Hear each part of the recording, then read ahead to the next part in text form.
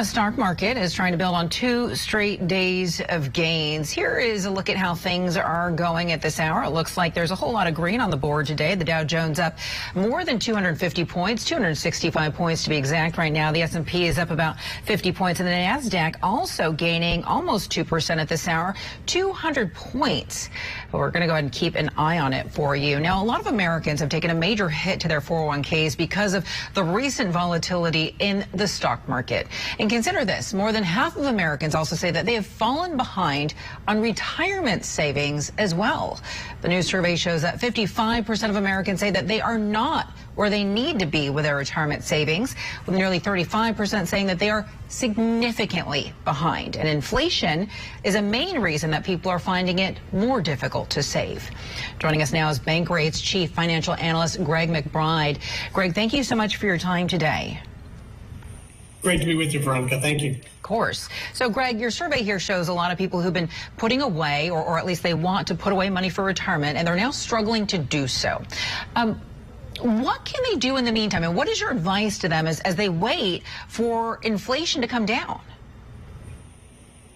I mean, yes, people are behind on retirement savings and they know it, yet it's difficult to move the needle, and particularly at a time like this where inflation is really soaking up any excess in the household budget. We did see that among those that had not increased their retirement contributions relative to a year ago, the runaway number one factor was inflation, and by more than a 2-to-1 margin over anything else. So difficult as that may be, in order to save or increase savings, you've got to pay yourself first. In these difficult times, wait until the end of the month and try to save what's left over. Too often, there's nothing left over. Even when there is, there's no consistency to that. So automate this as much as possible. Contribute to the 401k through payroll deduction. Set up an automatic bank transfer into an IRA. Great ways to save on a tax advantage basis, but to also pay yourself first. You don't miss what you don't see. All right, so you're saying automate it. You don't try to time the market.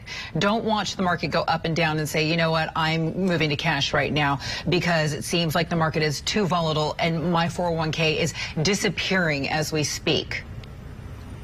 Yeah, definitely don't do that. I mean, this is actually a great time to be buying, and particularly for younger workers. The more time you have for that money to stay invested, to compound and grow, the better. And the more you want to be embracing this volatility, you're getting assets at a much better price than what we had seen at the beginning of the year. So fortunately, we're not seeing the market volatility really deterring investors like we had initially feared. There are a lot of new young investors in the markets now that weren't in the markets as recently as 2 or 3 years ago. This might be their first really exposure to a severe downdraft in the market. And yet thus far, we've seen in a couple of different polls pretty encouraging results that the volatility is not scaring them off. They're maintaining that long-term view in terms of how they save and how they invest. Yeah, I mean, for younger workers, they're lucky because they can take the volatility. They can weather the storm, if you will. So, Greg, you know, some of this can seem really opaque to people who are just starting to save. What is the magic number? How do we know how much we should be saving for retirement? And what types of costs should we be factoring into this? Are we going to be responsible for a nursing home? Is this solely looking at your rent and your cost of living overall? How do we plan for retirement? Well, look at what you can control, which is your savings rate. If you're not saving at least 10% of your income for retirement, that's the mark you need to get to pronto. And then once you get to that level, you want to start to work that up. Ideally, we want to be saving 15% of our income for retirement. It may take a little while to get there, but successful saving is all about the habit. That's really that importance of automating it so that it comes out of the paycheck before you have a chance to see it.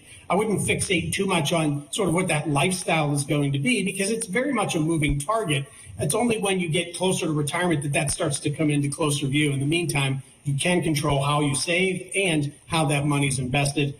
You want to take an aggressive tact. You want to save also at a high rate, 10 to 15% of income. Doing that over a period of years and letting that money grow is going to get you to your goals. Okay, so you're saying 15% of your income per year is probably the target right here. And before I let you go quickly, this isn't all bad news. Again, I know a lot of people are looking at their 401ks and they're thinking, oh my goodness, it's dropped 30 or 40%.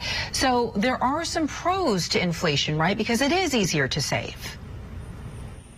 Well, incomes go up. We've also seen contribution limits adjusted higher to reflect that inflation. So you can put away more money next year. So I mean, there's some positives there, or at least you're keeping pace in terms of a buying power perspective. But the encouraging thing that we had seen is that younger investors, they were less likely to say they felt behind. And they were more likely to have increased their contributions relative to a year ago. So some very encouraging signs for those that are going to be in it for the long haul. All right. Bankrate's Chief Financial Analyst, Greg McBride. Thank you so much, Greg, for stopping by today. We appreciate it. Thank you.